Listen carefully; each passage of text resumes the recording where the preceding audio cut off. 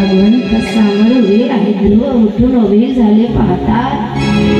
पण 5 वर्षाची ध्रुव बाळ काय बोलणार महाराज? बोलायचं आहे पण बोलणार काय?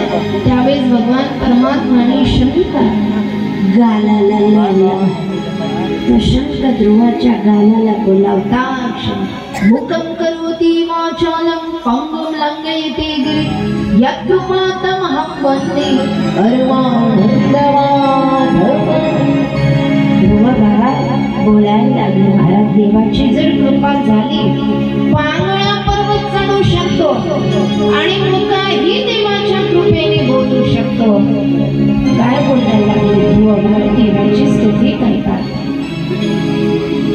यौन्तः प्रविश्य मम वाचमिमां प्रसुप्तां संजीवयत्किल शक्तिधरस्वधाम्ना अन्याशहस्र चरण श्रवणत्वगामि प्राणां नमो भगवति पुरुषाय तुभ्यं.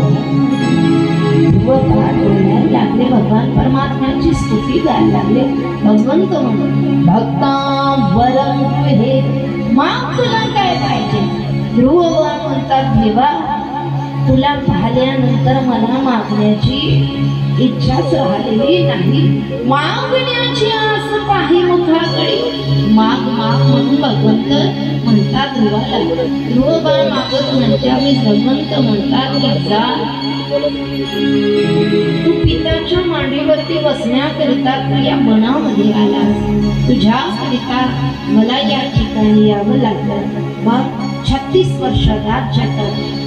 36 वर्ष राज्य कर आणि त्यानंतर मग काळाच्या माथ्यावरती पाय ठेवून दिव्य विमानावरती स्वार होऊन माझ्या धामाला प्राप्त होशील. 36 वर्ष राज्य केला. जगा काय खायामी माथा दिला पार. मृत्यू देवतेच्या डोक्यावरती पाय ठेवून ध्रुव बाळ विमानावरती चढले आणि आढळासा पान ध्रुव पदाला दिलं. या